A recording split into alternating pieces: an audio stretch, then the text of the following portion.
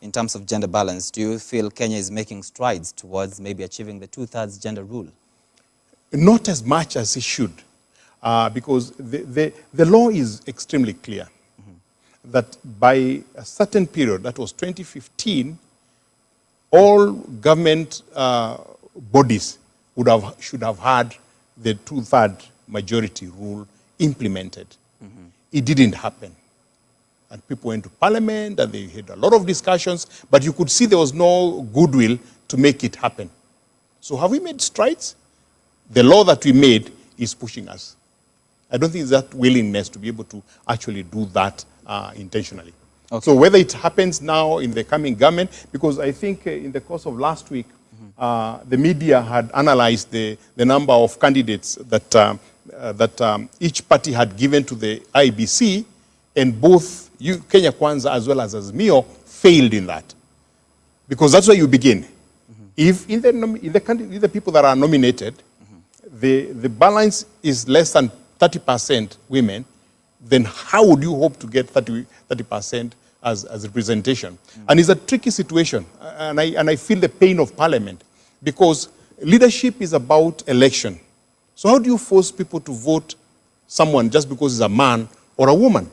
It's very difficult. People look for different reasons, leadership, your ethnic background, whatever the people look for an individual.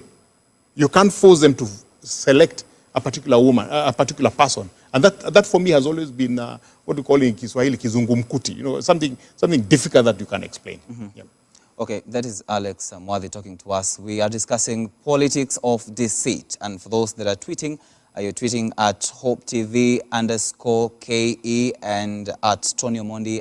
You're also texting us on 22232. You can text us your comments and your questions, and we will be glad to sample them in this particular interview. Now let's look at these two political formations, the Azimio and the Kenya Kwanza. On this side, we have Ruto, we have Raila and we have Karua, and then we have Ruto and Gachagua. So in terms of political history, do you think that the pairs are a perfect match for each other? Because considering MP Gachagua that right now is being mentioned in corruption scandals, and considering Deputy President William Ruto also being accused, and looking at Raila on the other hand and Martha Karua, do you think that the two are a perfect pair for each other? You just got to remember that in 2013, and I'm sure you've seen a video where Martha Karua was saying that I can never work with Raila Odinga because we have nothing in common. We don't have any principles that can align us together whatsoever. I'm saying that to explain to you that, and our viewers, that politics is a game of selfishness. It's about self-interest. So I'll go to the side that I think would serve me better as an individual first, before anything else. To an extent, if you remember in 2013, Uhuru Kenyatta and William Ruto were in ICC accused of crime against humanity. It's a serious crime against humanity. It's more than corruption. It's beyond. Yet Kenyans chose to elect them together. When they come together, they win 2013, they come together in 2017 again, and they go out there and they are fighting. Between 2013 and 2017, Raila Odinga picked up a lot of corruption issues that were focused towards Uhuru Kenyatta and his deputy William Ruto. And some of them were prosecuted in a very interesting way that would be thrown out. You remember the NYS scandal and the amount of money that was lost in that. You remember the medical equipment that was sent to hospitals. After the 2017 election, Raila handshakes with Uhuru Kenyatta and he's basically joins government. Because he worked with him and decided that even if he's elected, he will do what he has done. Which means that his interest had shifted.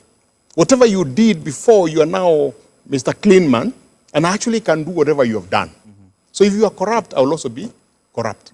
So the point I'm making is this. Because it's a game of self-interest, and what is it in for me, I can't take any of the two teams on that and say this one is clean and this one is clean, or this one will fight corruption, that will fight corruption. I don't think anyone among, there is a, what we call a political goodwill to be able to fight it. It's not there. But you can make rhetoric. Yeah. As a matter of fact, you know, Omondi, that for the first time, and that's why you don't have the politics being heated up, we're having for the first time the government, the de jure government, fighting the de facto government. The elected deputy versus the appointed deputy. Yeah. They're fighting against each other. And that's why it's very difficult for even to go out there and say we will fight corruption, because they're in the government. So if there is corruption in the government, they're part of that corruption. Okay, let's briefly talk about Raila Odinga's speech as we wind down the interview. My director is telling me. At some point before naming his running mate, Raila emphasized on the differences between the office of a deputy president and the person of the office of the deputy president. And he categorically said that a deputy president should not become a problem to the president, but rather be a problem solver to the president. How do you pick up this statement? I can only go back to the Constitution, and he's right in a way, in the fact that the Constitution defines the role of the deputy president as a principal assistant to the president, which means that if the president was incapacitated or had moved, like you remember when President Uhuru Kenyatta went to Hague to answer charges, he left for 2 days or thereabouts so that Ruto could take over. So this person is a principal assistant to the president. But remember, this is the second time we had an election for a deputy president that is elected. What is most important is that the two of them must respect each other because they are both elected. So the deputy president cannot be a pushover because he's elected. And the president cannot remove him by his own whims. The two must be able to sit around the table and agree the direction that they want to take the country as an office. It's an office of the presidency. Yeah. Yes. Don't you think that probably Raila was trying to avoid a repeat of maybe something like right now we have that discord between President Uhuru Kenyatta and his deputy? Don't you think that Raila was trying to mark his territory and avoiding this, a repeat of the same? He was trying to mark, but my point is that in reality, the Constitution marks it for him. That if he doesn't respect this person, that person will not respect him. And they will have those conflicts as it were. And interestingly, he has selected the Iron Lady. We know this lady has walked out of a meeting from Daniel Arap Moi at a time when you could not walk away. In Kirinyaga, she walked out of the stadium and left him and left everybody wondering what will happen to this lady who has defied the dictator of this country. When he was in the next government, he walked out, which means she's a no-nonsense person. She's principled. So if he doesn't play ball, if we don't agree with her, she will do exactly what Ruto has done. She will stand her ground immediately.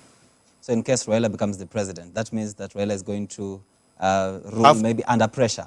Not under pressure. You know, you choose in life what you want. If you want to rule under pressure, you pressurize yourself. If you want to rule with peace, like Uhuru has done in the last 5 years, yes, you create agreement with those people that can make your leadership be stressful. So I hope he understands that this is a lady, he's not a pushover. You'll have to be able to work with her and think about and give her a chance to be able to be seen as a real principal assistant to him. Okay. As we went down the interview, let's briefly go back to Kalonzo Musyoka. He is a disappointed man, clearly. And he expected the position of a deputy president, of course, in Azimio.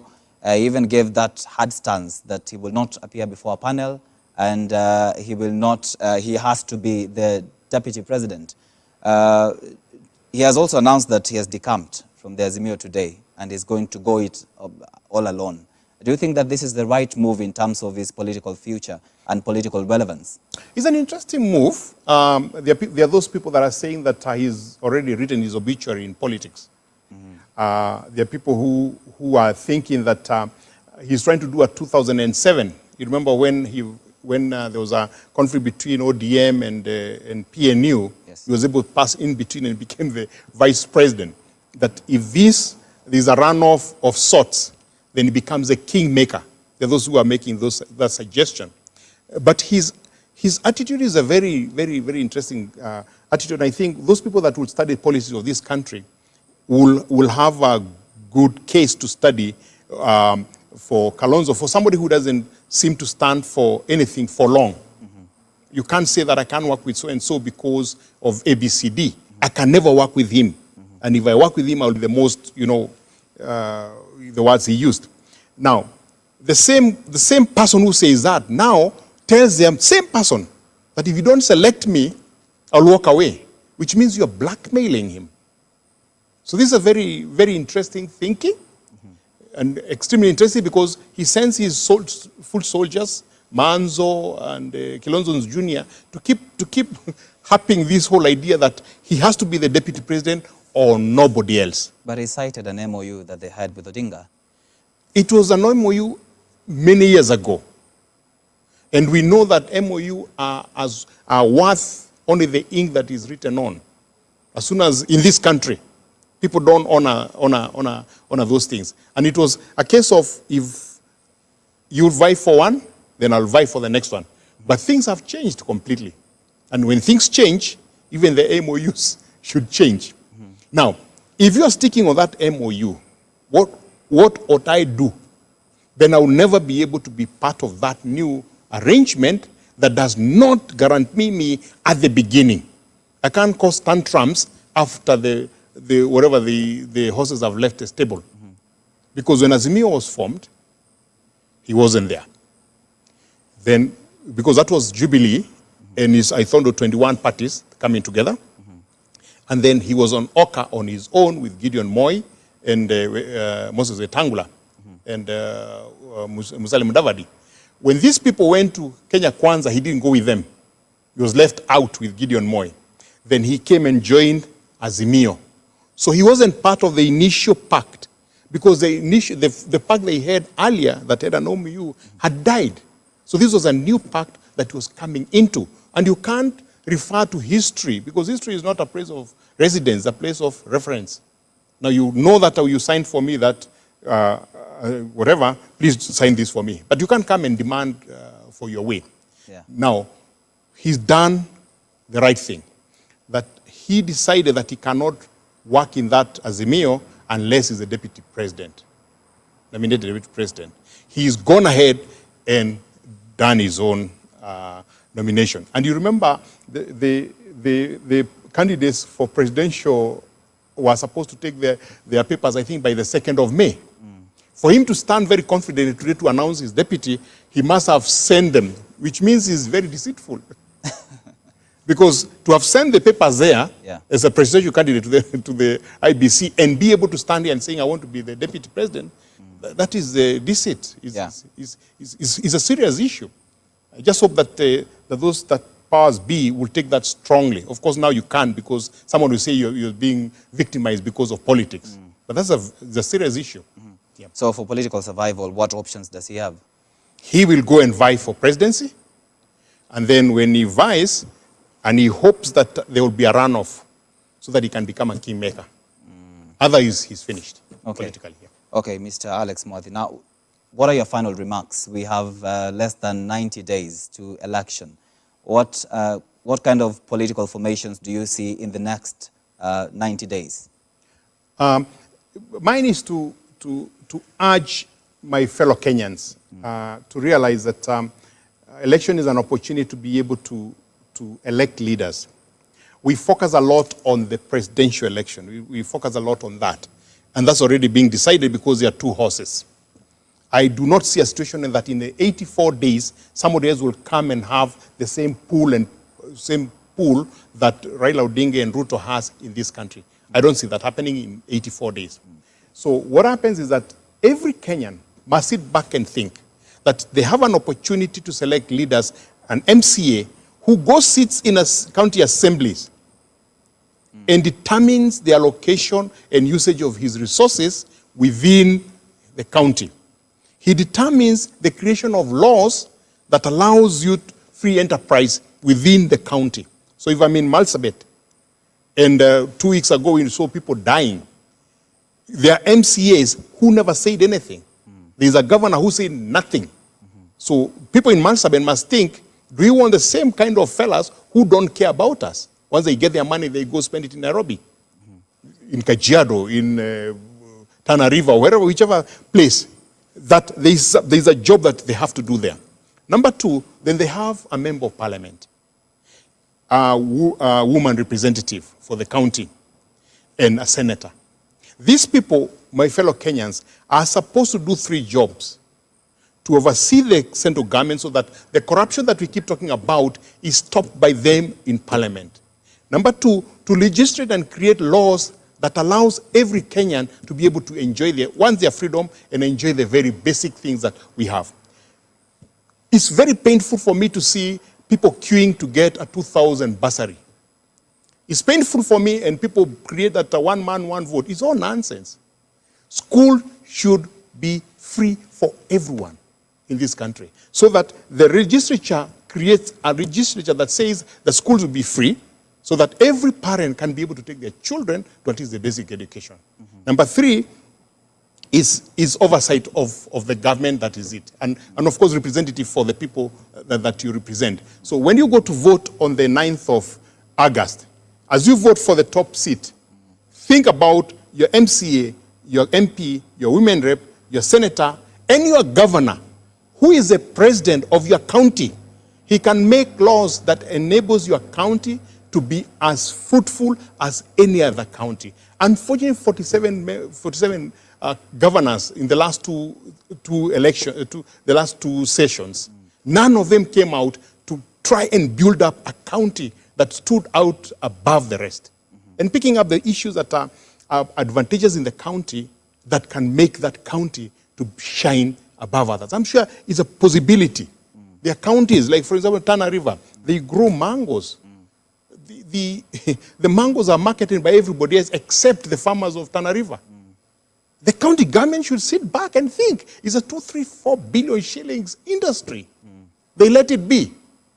They should be there helping the farmers to be able to market and form cooperative societies and do whatever needs to be done to ensure that the farmers benefit of that. So your responsibility is to know the MCA, your MP, your woman rep, your senator, and your governor are bigger responsibility than even the president. Excellent. Excellently put, Alex Mwathe. Thank you so much for making time for us on Hope TV. Okay, thank you very much. Always a pleasure. Always a pleasure. Thank you so much. Thank you. Okay. Thanks.